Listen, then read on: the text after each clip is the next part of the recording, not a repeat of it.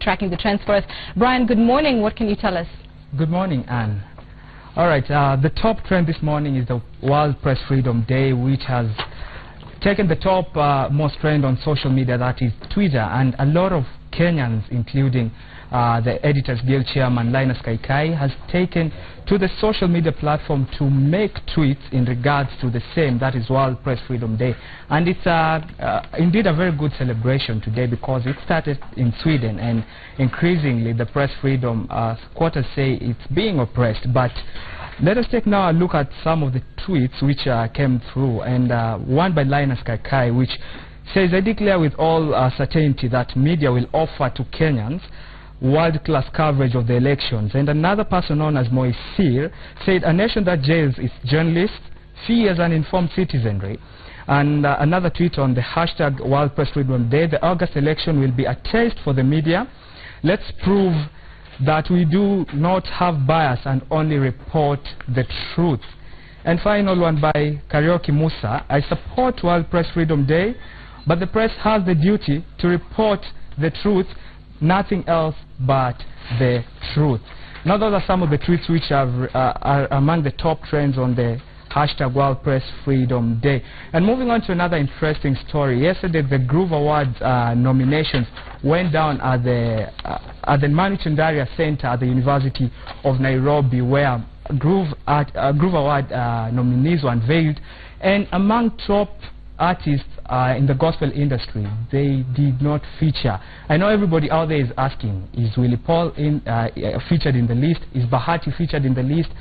All right, breaking news, that is Willie Paul and Bahati are not anywhere in the list. And last year's Male Artist of the Year, that is LJ Masai, was also axed from the list. So these are the new nominees for the year 2017 for the Groove Awards this year. And for the Male Artist of the Year, that is Daddy Owen, Ekodida, Pitson, Guardian Angel, Chris Ebaba, and Pastor Musembi. He's not a gospel artist? Who? Pastor Musembi? Pastor Musembi. I beg your pardon, I'm not familiar. He's a gospel artist. He's been featured in the group of Male Artist of the Year this year's Groove Awards. And also on the Female Artist of the Year, we do have Alice Kimanzi. Oh, you meant the most popular? Yes, the most popular. All right, I'm sorry, yes. Brian, I didn't get you on that, because I was really wondering if a pastor is not a gospel artist, then yeah, he does sing gospel songs. And on to the Female Artist of the Year, we do have Alice Kimanzi, Evelyn Wanjiro, Kambua, Mercy Masika, Princess Farida, and Size 8. And in the Song of the Year category, we do have Bamba Mbaya by Kelele Takatifu, Bazokizo, the famous Bazokizo dance by Kolo, Huyu Yesu, by Masimasika, Kutembea Nawe by Rebecca Dawn, and Pale Pale by Size 8, and The Tima Cheza Nika Umepigwa Radi by Kaimo and Stiga. Video of the Year, Anatimiza by Kambua, I Live For You by Adonage, and Kutembea Nawe by Rebecca Dawn, Overflow by Alemba, Pale Pale by Size 8, Worldwide by Rekap, and finally You by Churchill King. So this year we don't expect Willie Paul, we don't expect Size 8 beef, Willie Paul and Bahati beef to come forth again, because they were axed from that particular list. And one interesting thing by our reporter, that is edaily.co.ke reporter Tony Tizi, who was on ground, I'm told that Willie Paul, after realizing that his name was not in the list, he stormed out of the event, visibly angry. Okay, I don't know if today's gospel is all about the accolades and also about the celebrity. If that is the case, then I don't think we're headed the right direction. And still on Matthew's gospel artist, there is a top gospel artist known as Upendo Nkone. For those who do not know Upendo Nkone, let's just listen to a bit of this song, and then I tell you what's up with Nkone.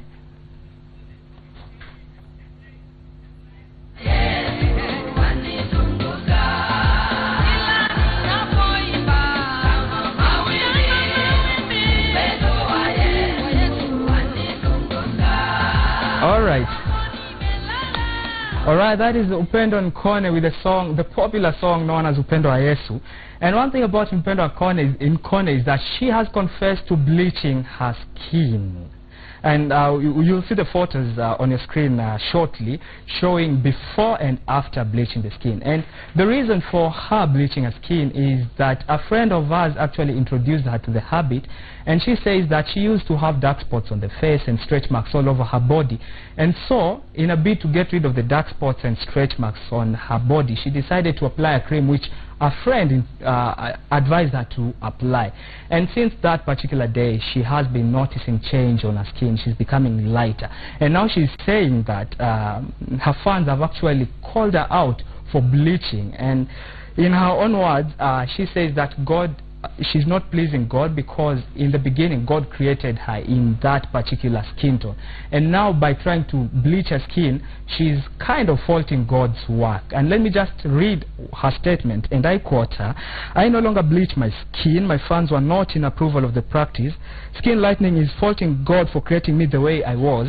Hence I showed disrespect against his perfect work and nature." And she now says she has completely stopped. Wow. All right, skin bleaching. Nani alisema wanaume tunapenda yellow kila siku? You know, I'm actually more, forget what the men want. I'm more fascinated with her argument in terms of, you know, what is pleasing God, etc. And obviously you can't fault a person for their beliefs. But I'd like to believe that God is more interested in the character of our hearts, you know, what's going on the inside than what's going on outside. Preach and preach. Preach! All right. I don't know, but interesting arguments. Very interesting argument there. But what you're saying is true. God is interested in the inner person and also your character as a person. And on to another story which has gone viral on social media, on Twitter, on Facebook, all over. There's a video of a fist fight on a flight, and the passengers were coming all the way from Tokyo in Japan to Los Angeles in the United States, when one passenger just rose from his seat and decided to turn back and looked at who was seated on the seat right behind him, and decided to throw punches at that guy. And according to witnesses who spoke with the CNN, that's a CNN footage, the witnesses who spoke with the CNN told the outlet that there was no provocation at all. That guy just stood up and decided to throw punches at the other passenger.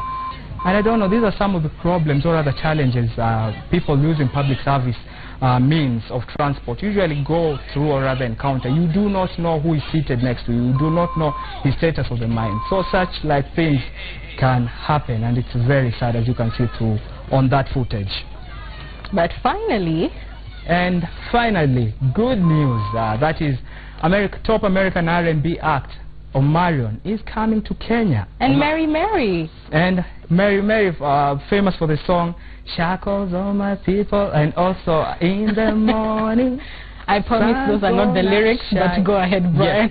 Yes. Mary Mary is slated to perform in Kenya at a later date, yet to be announced by Trace Gospel. But for Omarion, he is supposed to perform in Kenya on June 3rd at the Ngong Race Course in an event known as the Afro Pop Festival. And we can't wait for Omarion. We've really been waiting for this top American acts to grace our country and also perform in the country, so that at least we don't just see them on telly every other day, but at least have that contact, have that sight of them. And also, as I just wind up, Miss World Kenya auditions have been date has been set for May the 27th, and the Miss World franchise holder, that is Ashley's Kenya Limited, is calling on every other woman, every other man out there who feels that he or she has what it takes to make applications online via the Miss World Kenya website, so that at least you represent us on the international platform.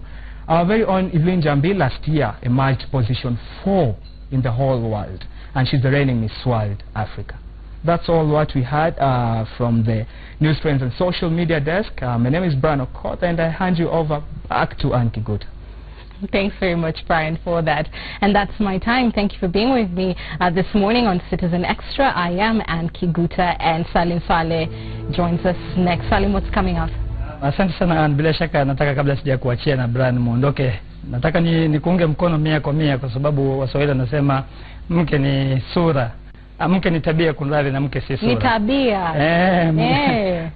Kwa hiyo stories za Brian za yelo maneno sisi hatuzitambui. Hatuzitambui. Kabla nitoke pengine ningekuuliza unapotafuta mtu pale nje, kitu cha kwanza ambacho unakiona ni tabia ama sura? Si tuchukue hiyo offline. Mtazamaji, tutakuwa tunakuletea mengi zaidi kuhusiana na yale yote ambayo Ana amekuwa akizungumza nayo kuanzia asubuhi, na tutakuwa tunafuatilia yale yanaendelea kujiri katika makao makuu ya Jubilee na vile vile katika makao makuu katika eneo la Gracia na vile vile katika eneo la Westlands ambapo wagombea huru wanapigana kikumbo kupata nafasi, lakini